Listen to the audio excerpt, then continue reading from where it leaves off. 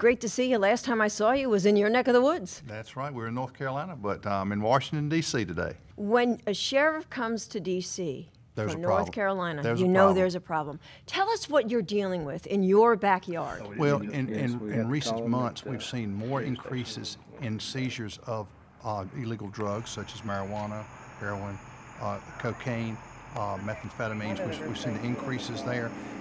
In the old days, 10 years ago and back, we didn't see quite the seizures. But now, not only are we seizing the drugs in larger amounts and drug monies, but we're also arresting persons that are illegal in the country, that are from mostly from Mexico, that have connections to the Mexican drug cartel. And when you see that, I mean, as you said, 10 years ago, do you find yourself saying, I can't believe this is happening in our backyard? Exactly. We know why we're seeing a lot of it is because, number one, is we do have unsecured borders. And number two, we've got some of the best highways and the best trafficking routes. Of course, with the interdiction efforts that the law enforcement agencies have been involved in over the years, it has made a good difference. But it also has driven these guys off the main roads, and they're coming into the rural communities and setting up stash houses. And that's what we've seen. In the past few months, we've seized over a ton of marijuana, over $1 million cash, 5 illegals that were trafficking drugs from Mexico, and also they had firearms. And it's interesting because I know when I was first down in your area, you were talking about how they were using the interstate system. Now you're saying, how they adapt. They continually change their strategy and the way they operate. Exactly. Well, they're funded. They have the money. They have the intel. They have the manpower, and they have the desire to move that product.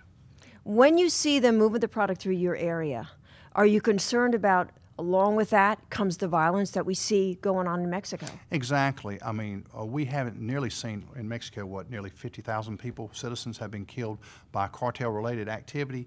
We haven't seen the violence level to that point.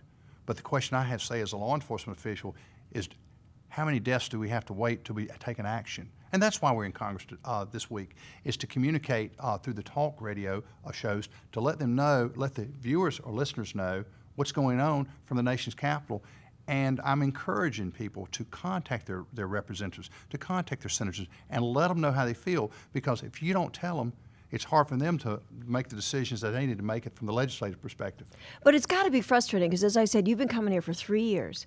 You've been talking to them about a problem that you're seeing escalating in your county. And yet it takes forever for them to realize we got to do something. Well, exactly. And a lot of the things we do defaults back to the local level. We have to figure out a lot of our problems at the local level because we're not getting the assistance and the support and the congressional support in Washington. We're not getting it. And it takes so long to get the help, from Congress. So again, we're trying to work out our situation, our problems at the local level. We have a great relationship with our drug enforcement agency, our immigration agents, and all the other ATF and all the other federal agencies, state and local. We all work together. We're a force multiplier. But it would be tremendous if we could get the support from our congressmen that can fund operations, that can fund the HIDA support, that can fund the activities to help us better combat the problem. Also, we've got to work on securing our borders in America, because if we don't secure our borders, we don't know who's coming across, whether it be terrorist or criminal.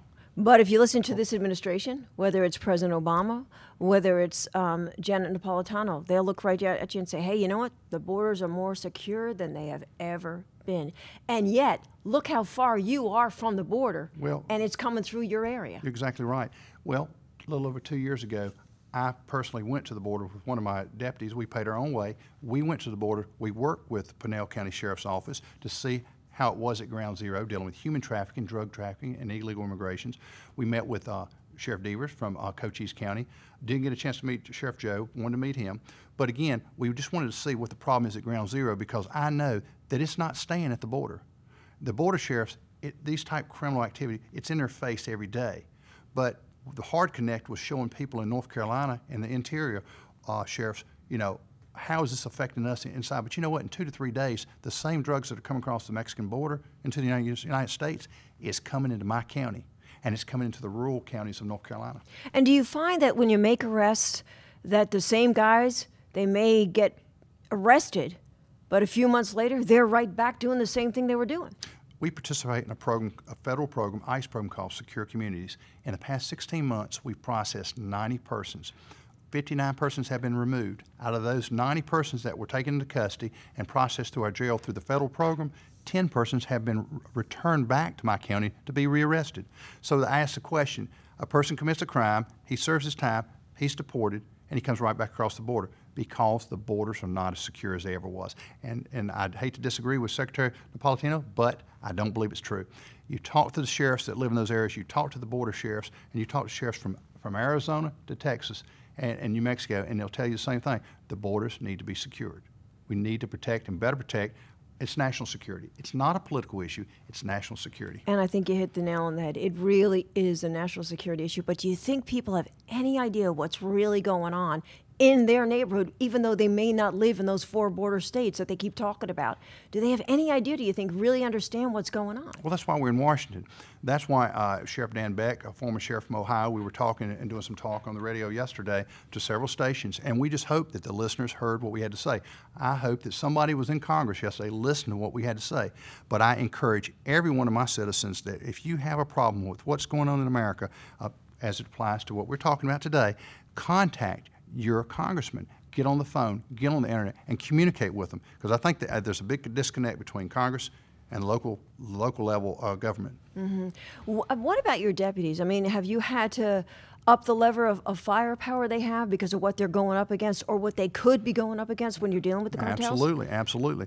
I try to make sure my deputies have the best body armor, the best training, the best equipment, and of course, you know, in the old days several years ago when I came into law enforcement, almost 30 years ago, we used to carry revolvers and shotguns. Now we're carrying semi-automatic pistols and assault rifles, M4 assault rifles. Mm-hmm. So we can at least have a standing with the challenges out there, the criminal challenges. But in the past few months, as you said, since the times I've talked to you, it's gotten worse instead of better. Since we talked last, yes, it's gotten worse. Mm-hmm. We also talked, too, about the fact that you've always said to me, hey, when it comes to security, it starts at home. Exactly. We've had 2 double homicides in the past 6 months. And following that second set of homicides, our permits for purchase permits have increased it's doubled from last year. We issued out over 800 purchase permits in the past quarter. We issued out 456 carry conceal permits in the past quarter following our most recent double homicide. So I tell people, we in law enforcement, we do not have as many people as I'd like to have in the field. And I wish I could have an officer on every corner, a deputy on every corner. But the homeowner is the first line of defense in protecting their family. I'm very glad with the work with the NRA and all the effort to work with North Carolina. We expanded our castle doctrine has expanded from the home to the motor vehicle to the workplace. A person has a right to defend himself and protect himself wherever they have a lawful right to be. And I do support the castle doctrine as it stands in North Carolina.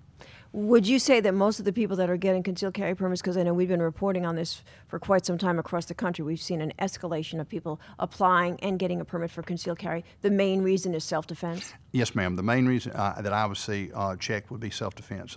We have a lot of people that like to target practice, but I think when it comes down to it, it's about people are afraid.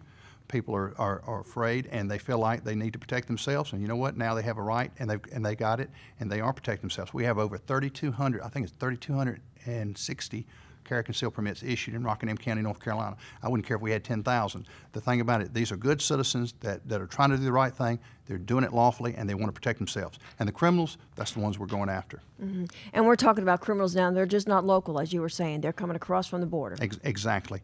I gave a hypothetical situation that a bad guy could be trafficking drugs, come into North Carolina, come into my county. We could take down a load. One of those guys during an operation could shoot one of my officers and be back across the board in 2 to 3 days, and we wouldn't know who they were. Mm-hmm. And that's scary. And you were telling me an interesting story about not only the drugs that you've seized, but the way they position them. I was watching a show a couple of months ago called Border Wars, and I saw how a tractor-trailer rig came through. I'm a former dog handler working with narcotics dogs, and the dog alerted when he was walking by the vehicle, alerted on one of the tires. So they pulled the tire off, and they first they drilled the tire, and then they finally pulled it off. And when they took the tire off, it was a seal around the tire, and inside that seal they cut the metal, and inside was bricks of marijuana that were kind of in a circular pattern. And that last raid we had where we got over 1,000 pounds of marijuana and 3 persons that were for illegal from Mexico, most of those bricks were in a circular pattern, so I put those on the news release to show people that this is how it was driven across the border. That's how those drugs got in to our country, driven right across the border. Now, I'm concerned about with that NAFTA issue that was came about a few years ago with the free trade coming from Mexico. How many trucks, when they start the trucking process, how many trucks are going to come across the border from Mexico all the way from across the United States into Canada? How many are going to come across, and how many could potentially have drugs or anything else contained in those vehicles? So your message to people, what's at stake if we don't get a handle on what's going on in this country? The citizens, the safety and security of citizens. My responsibility as a sheriff in North Carolina and sheriffs across America, first thing is to protect and serve the citizens of our community. And I cannot protect the citizens to the level that I need to protect them if the federal government doesn't step up and protect and secure its own borders. And you see a president who goes to Mexico, apologizes for our firearm freedoms. You see a president from Mexico who comes to our Congress and gets applauded because he looks right at him and said, you got to reinstate your assault weapons ban. You're to blame for what's going on in my country. Did you ever think, all the years that you've been in law enforcement doing what you do, that you'd see this going on? No, that is kind of confusing. And I think the biggest problem with some persons from the congressional level down and the policymakers, it's not the good citizen ownership of firearms. It is the criminal. We need to look at the offender, not the weapon. All righty, Sheriff. Great to have you stop by. Always good to talk to you. Appreciate all you're doing. We appreciate it. Thank you.